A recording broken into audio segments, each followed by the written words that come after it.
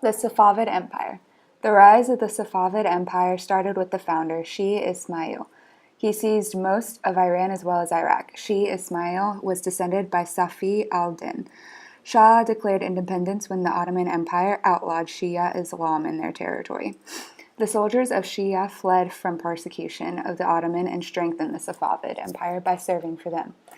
Shi Ismail declared Shiite as state religion. In 1514, the Ottomans declared war on the Safavid Empire due to different religious beliefs and to fight for territories. The Ottomans won, taking most of northern Persia at the end of the war. Perhaps the most distinguished ruler of the Safavid Empire was Shah Abbas from 1587 to 1629.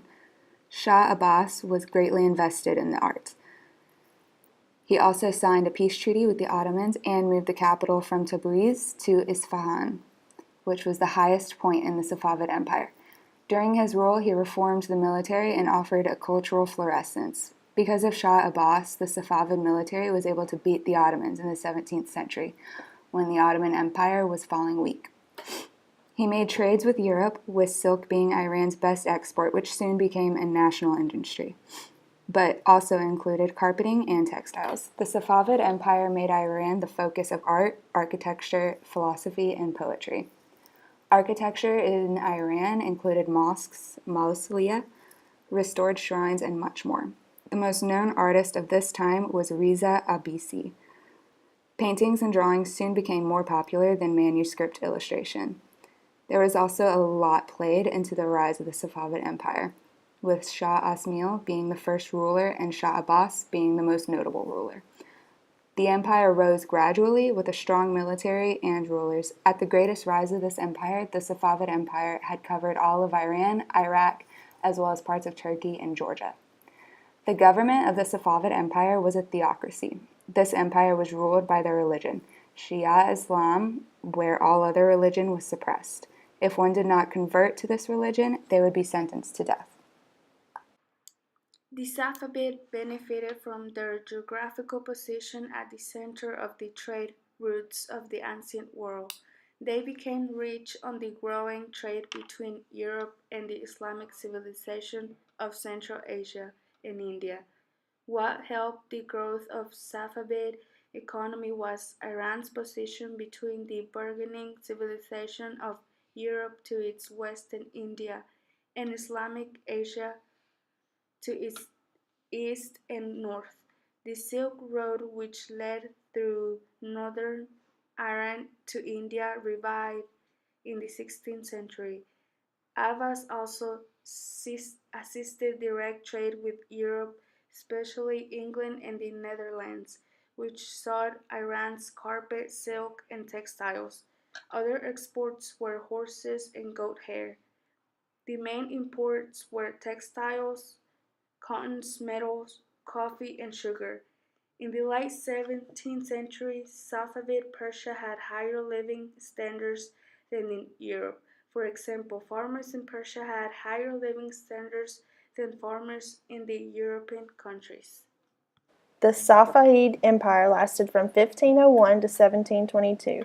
There were many small battles during this time period, but there was one major war that was significant to the Safavid Empire. This war was called the Ottoman-Safavid War.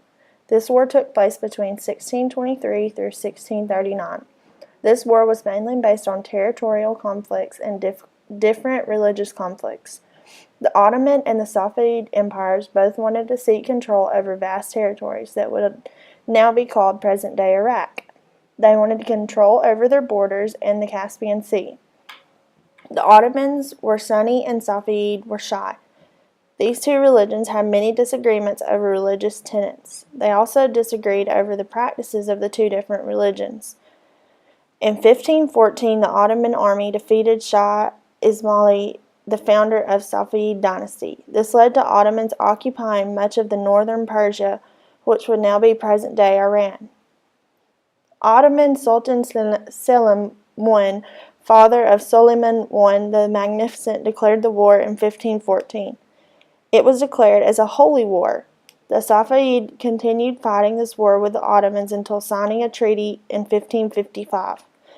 The Safavid managed to keep their control over northern Persia and along the Caspian Sea, but unfortunately lost their control over what would be modern-day Iraq to the Ottomans. There was a time when the Safavid regained control over modern-day Iraq because of Shah Abbas, but he unfortunately passed away, causing the Ottomans to regain control of modern-day Iraq. There was a peace treaty that was signed by the Ottoman and the Safavid in 1639. This treaty established borders between the Safavid and the Ottomans that are relatively identical to those that are shared by present-day Iran and Iraq.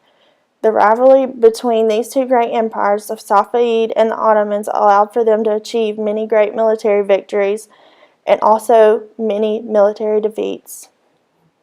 Neither of the two empires was necessarily able to defeat the other. Their warfare sabotaged the military and economic power of both empires. These were huge factors leading to not only the Safavid Empire's long decline but also the Ottoman Empire. These two great powers also remained enemies, but no further warfare broke out between the two rivals. The Safavid Empire was the longest-lasting dynasty in Persia from the early medieval period to the fall of the Shah in 1979, lasting 222 years in its totality.